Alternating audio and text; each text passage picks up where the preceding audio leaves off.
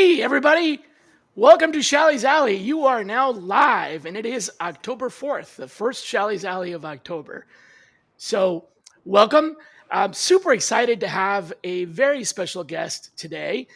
Neil and I have never met, but Neil, you were introduced to me by, I'm assuming, a mutual friend, Luke Doubler.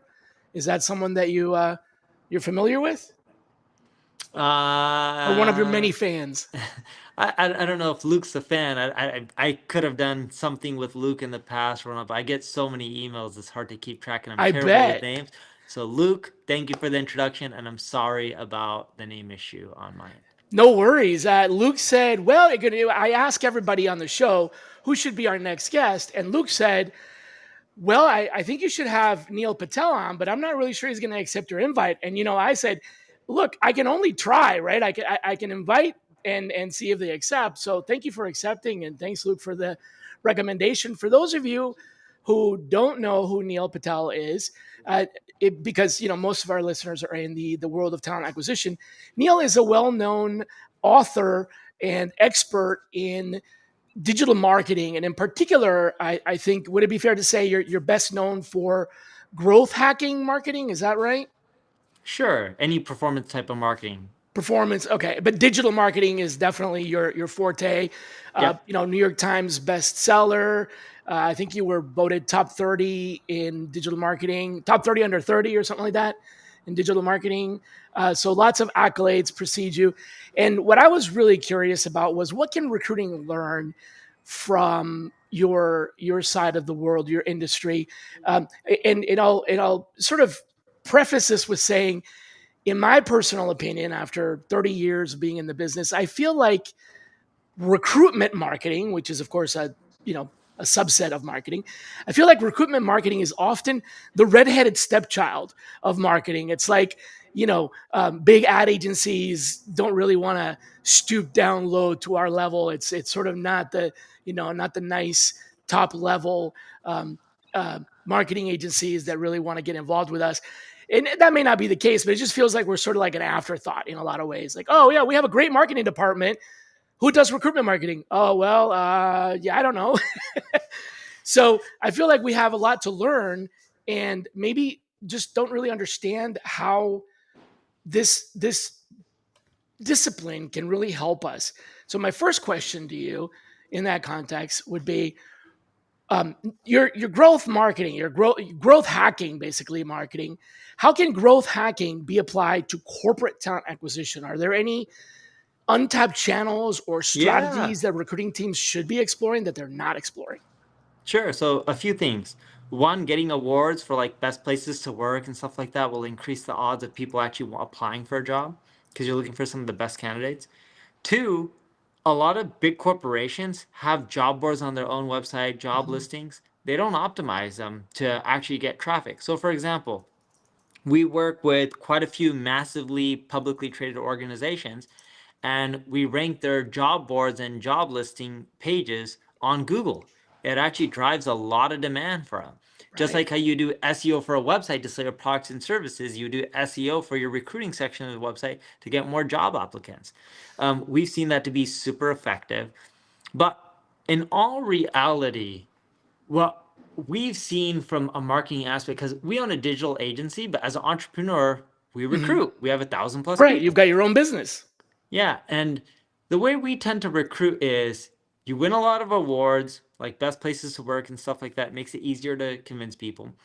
But your best candidates typically come from referrals from other employees. So you can either try to do internal marketing to compensate them, encourage them.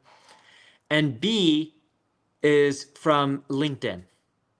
So let's say there's this person named John, and I'm trying to recruit John, and John is an amazing designer for a software company. And I own a software company. This is all hypothetical. Mm-hmm. And I'm looking, ideally, I would love to recruit John. So what I usually do is message John saying, "Hey, John, big fan of your work. Love what you're doing at company X, Y, and Z. Funny enough, we're actually looking for someone like you at our software company. Do you have any recommendations of people that you think we should talk to?" And then I go into some cool things about our organization that may interest anyone John would recommend. Majority of the time, people will hit us back saying, "Hey, I'm actually interested in the job. We should talk." Right. They'll self. And Yeah. yes, that is usually our number one recruiting strategy to get Yeah. people. And we usually look for someone who worked for a competitor, someone who's got continually promoted, because everyone says they're amazing and they cause a growth. But if someone continually got promoted, it means the company felt they're valuable. Someone who's been there for a while, and someone who's worked a few jobs and continually been promoted at all the jobs, which means many people have found them valuable. Then we try to interview those people. Even if you can't afford John or Sally or whoever it may be, or Susan or Ricky, you'll end up learning a lot just from the interview process of how they've tackled problems for competitors, and what you can do to grow your organization. Um, so we love that model. I know a lot of the people listening here may be like, well, I'm not an entrepreneur, I'm in recruiting. But if you're listening to them and be like, this is how I solve this problem and this is how I solve that, well, now you'll have ideas on how to better qualify the next candidate that you interview as well. Right. So it's not a waste no matter what. Correct. Let me pull a thread on the first thing that you said, which is getting awards. I feel like maybe sometimes in talent acquisition we feel like we might not qualify, right? It's like are we really good enough to get the award? So what's your recommendation for that? My opinion would be you don't know until you try, but I can Well, see how some organizations just hesitate because they don't want to like be a runner up. it doesn't typically work that way. They usually have a list of like top 50 places to best places to work or top 100 or whatever it may be. You apply. You either get selected or you don't. If you don't, no one knew anyways. If you Right. do, you can use it. It's like the cons aren't really a con other than people filled out a survey and whoop-de-doo. Nothing really happened that hurts you Right. from a There's a publicity or little bit of marketing work, standpoint. but not a whole lot of. It's not. Return on investment is huge, is what you're saying, I don't think the return on investment is huge, but it helps. Every little bit adds up to help you get better candidates. right? And maybe start with the ones that are closer to what you're actually what you're if you're known as a best employer or a great employer, then start with that. Yeah, that makes And sense. and and before you go for national ones, look for the ones that are within your region. They're Right, easier to local, win. regional. Yeah. That's a good one. Okay. The next thing I wanted to talk to you about is something that's really difficult for us in talent acquisition, and I think I have a feeling it's difficult in every industry. So not singling our industry out, but content marketing. Content marketing tends to be it's almost like marketing agencies and marketing experts will say content marketing, that's a mantra. But in talent acquisition, it's particularly hard because our jobs are really not exactly content. So you've helped a lot of businesses grow through content marketing. How do we learn from that without falling into the trap of like, hey, our jobs are content? Because that is really not. Our jobs are advertising, but not exactly Yeah. content. The description of the job, assuming your job listing pages are thorough, it is content and you can use it to get higher rankings on search.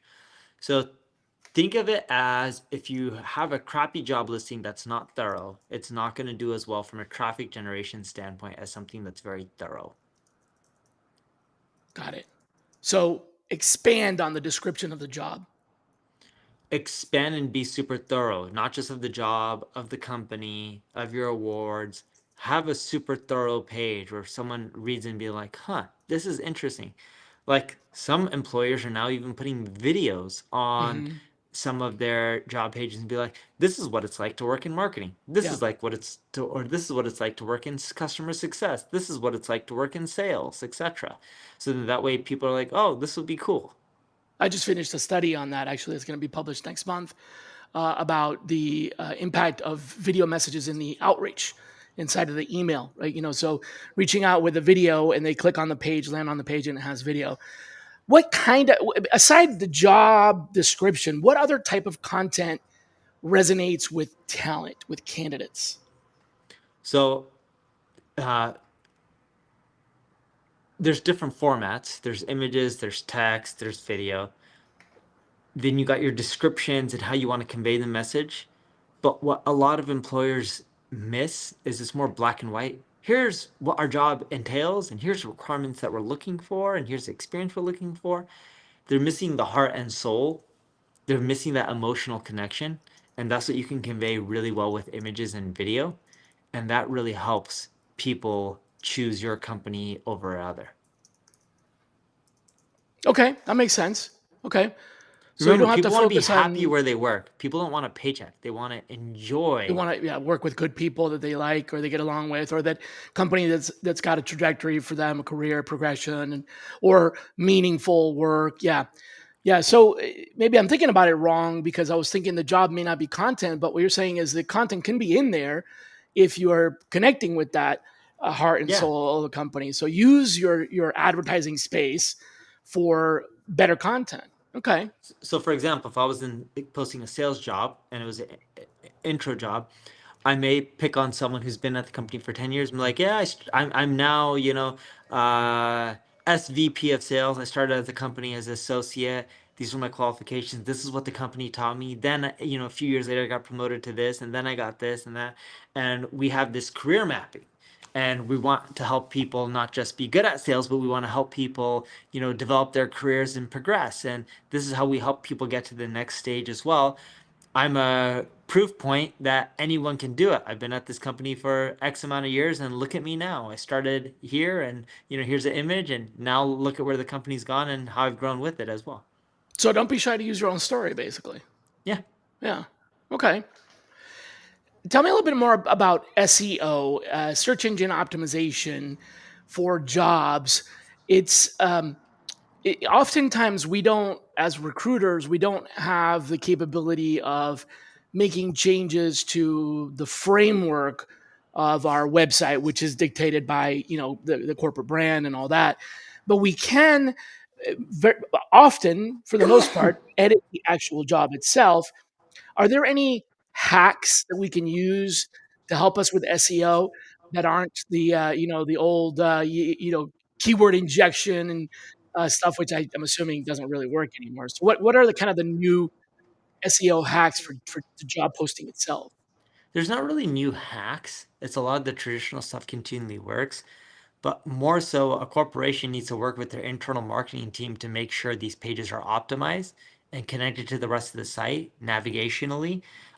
They're indexable pages. A lot of times, bigger corporations use this job posting and management software. If it's Yep. not indexable, it makes it hard for Google to crawl it and it be indexed. But you need to work with your marketing team to make sure it loads fast, it's linked to throughout the site, it's easy accessible. You're cross-linking jobs together. The pages are optimized for keywords where it makes sense. But I would recommend HR or talent to work with. I think it's HR and recruiting, but to work with marketing on it. Because what you're saying is like the system posts the job almost like it's a different website. So, company.com and jobs.sometechnology.com, and they're not related. So connecting those Correct. two will tie things up in SEO. Okay. And All right. ideally, it should be on your own domain and not on some other person's domain. Right. And that's frequently what happens with these technologies. It's, you know, uh, company dot the name of the technology.com as opposed to, yeah, that makes sense. How do you address personalization in a large scale with candidate journeys? So personalization is very central to marketing success and targeting, of course. But in recruitment, how would you address building personalized candidate journeys at scale? Because one on one is great if you're a small company, but if you've got thousands of jobs, personalization becomes a pretty overwhelming obstacle, right? It actually isn't because if you look at journeys that people go through in an organization, there's usually tracks. And even if you have 10,000 employees, there's not usually 10,000 tracks. There's maybe a That's right. handful of tracks. So what you can do is you can put a quiz on the page and be like, let's map out your journey as a potential candidate for X, Y, and Z company. You ask some basic questions that allow you to personalize the experience, and at the end, you can give them one of the tailored slash personalized approach based on the survey questions or the quiz questions that they answered. So it's tailored at scale because there's only X amount of tracks. That's brilliant. Mm-hmm. Yeah, a tailored experience. Okay. In talent acquisition, there's been a lot of talk about automation. And I know marketing, just from reading and watching experts' videos and everything, marketing has definitely embraced automation in a variety of ways and generative AI and all that. Where do you see their risks or opportunities for this kind of automation in what talent acquisition does? So, what should we So watch out for, both good and bad? we're big believers in AI, but Hmm. in talent acquisition, at least for the next short run in the next year, I would avoid using most of it on the front end. And the reason I say that is people want that personal connection. And I would recommend giving them that personal connection. Where I would recommend, if you want to use AI, for things like screening. So, for example, if you're looking for engineers, application AI can tell you, here's all your past candidates that have been successful at the job that continually got promoted. This is what they have in common, and they can look for commonalities with all the people who submitted. Hmm. But you have to be careful for that. And there's an Yeah, example there's of been some. Amazon using AI for Yeah, engineering jobs. And it looked at the past roles and it was mainly males. So when females submitted an application, it would just weed them out because they're like, oh, well, the past candidates were males and they were successful. Well, in the past, it was mainly a male dominated industry. It's changed over time, right? right. There's still probably more males if I had a guess. I don't have stats on it, but that doesn't mean females aren't qualified. So you got to make sure AI doesn't have bias built in. Yeah, and that's a big pick. That's a big picture item. Is the data and the historic data may have bias in it based on the fact that, like you said, was the population then, and it's shifted in many ways. Geographically, minorities and gender. So I think a big component of preparing for this is to take a deep dive and understand your data now before you start applying it to, understand what your template is now before you start applying it to the future, right? Exactly. Yeah, that makes sense. Now you've pioneered social media for business growth. I've pioneered social media for recruiting and talent acquisition. Where do you think this is going to go in the future? How can companies prepare for the platforms that we are starting to see evolve? LinkedIn would definitely, it's here, but Instagram and TikTok, for example, for talent is not, it's not quite there No, yet. it's not a place to really do recruiting, but it Mhm. is a place to show the company value and The company, culture, okay, got it. and showing events, offsite stuff, cool pictures around the office or culture. Any of that kind of stuff is great because it may make people think, "Hey, I should look at this company more. Maybe they're hiring, or maybe, indirectly it can help you potentially get more job candidates." So your heart and soul, put your heart and soul on your Insta, but not like, it's not a place to go advertise for jobs necessarily. You Okay. can, it's just not as effective. We It's not as find putting your effective, heart and soul out there just connects more with people more and it makes more convincing. people want to work for the company. What about reaching out? What about, email is still king in a lot of ways, and texting has been adopted more and more, particularly as generations, younger Mm, generations are kind of native to texting. But messaging, direct messaging on Instagram and TikTok, is that no, still not there? not for recruiting. I Okay. think direct messaging on LinkedIn, sure, Right. it's the right platform for the right job, and I don't think Instagram and TikTok are for that. I'm not Not saying you yet, or can't be just not success. ever? I don't see it really in the next few years. Okay.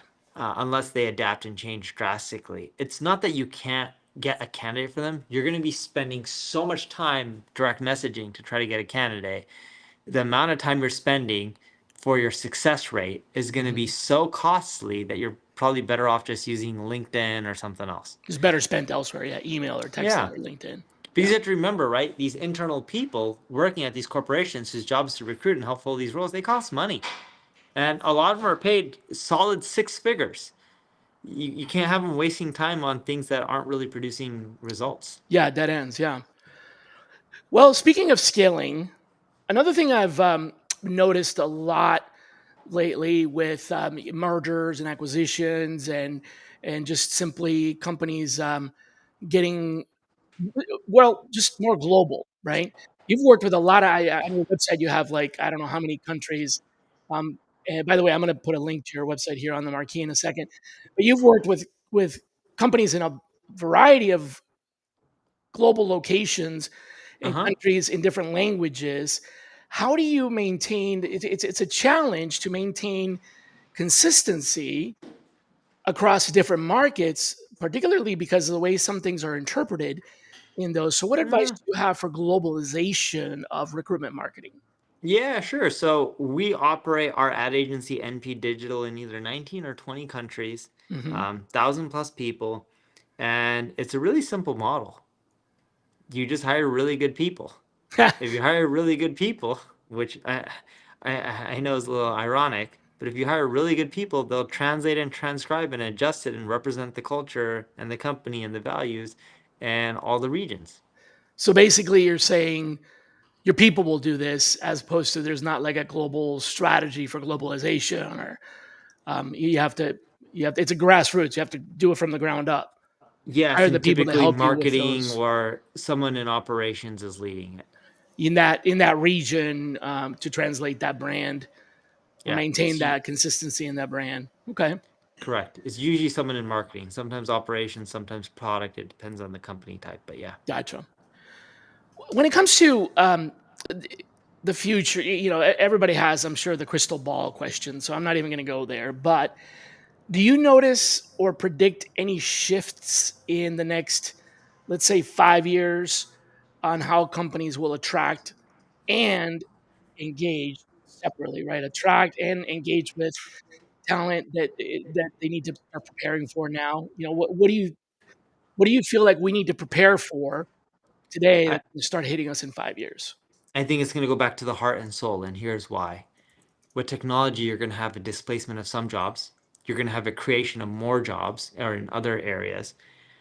And what's going to be hard for corporations is the cream of the crop is going to rise and they're going to be more in demand. So it's not just going to be about money because a lot of people have money. It's not going to be just about, future growth. A lot of people have future growth. It's going to be what really separates you, that heart and soul, from the competition. What's fun about your job that's not about someone else's. And I think that's what's really going to be important 5 years from now because I think AI is going to change the job market, not from an aspect too much of recruiting, but more so from an aspect of it's going to eliminate certain jobs and it's going to make the cream of the crop rise. So and it's going to be really competitive for those people. So you got to, showcase how you guys are different. Okay.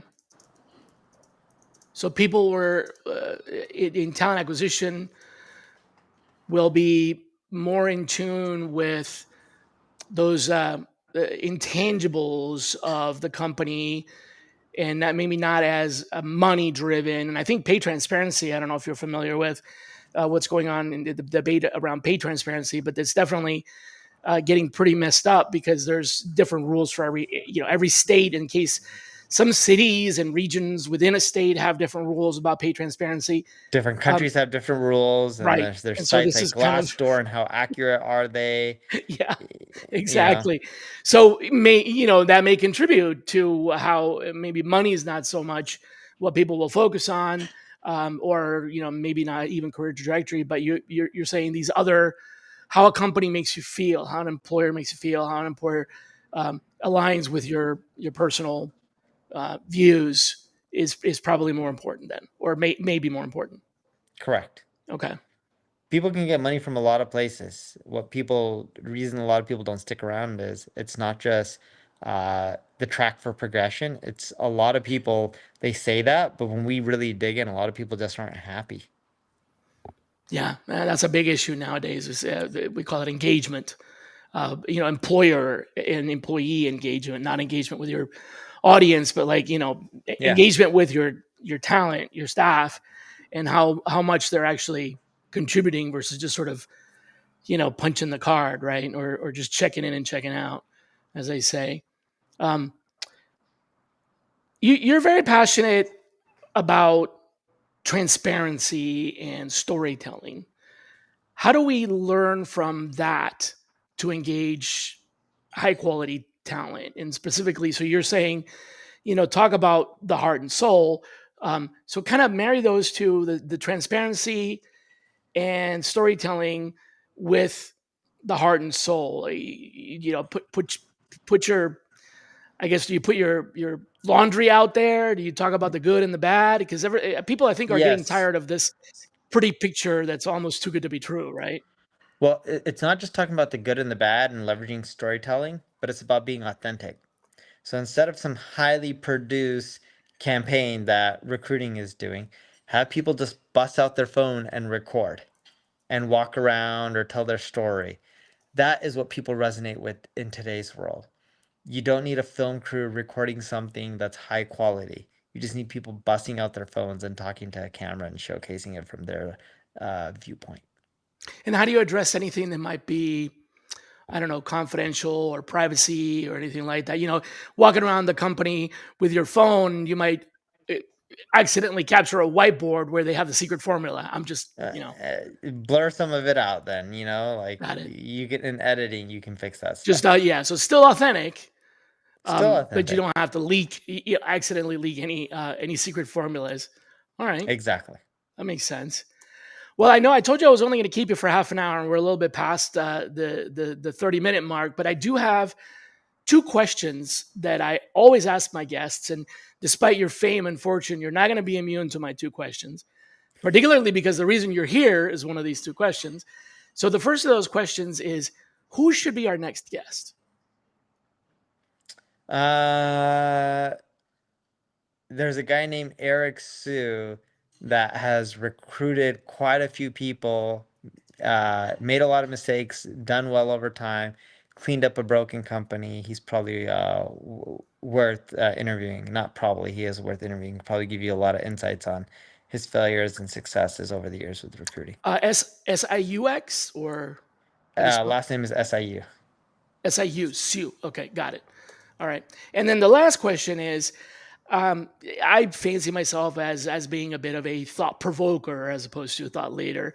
So I like to leave folks that watch the recording, especially over the weekend, with something to think about. Is there a question that you think we should ask ourselves for personal growth in, whether it's recruitment or marketing professionally, but something that we should ask ourselves? Not a. I don't want a pulpit lecture. I want a question that provokes our internal thoughts. So, what would you ask us to think about? So you're saying if you're a recruiter, what's a question that they should ask themselves? That's right.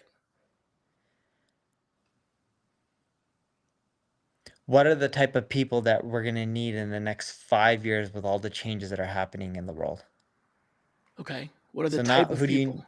what are Okay. the type of people? Are they adaptable? Can they make the change? Do they know how to leverage technology? Like all these things are really Right. important Not the because if they, skills, but what are their core yes, their the core skills competencies? you're not going to hire someone who doesn't have the skills, but you need Right. adaptability because things are changing so fast. If you can't get people who are adaptable, you're gonna have to start recruiting, firing, and recruiting all over again, and it's just a messy process. Filling and backfilling and backfilling. Yeah. No kidding. Right. Right. Excellent.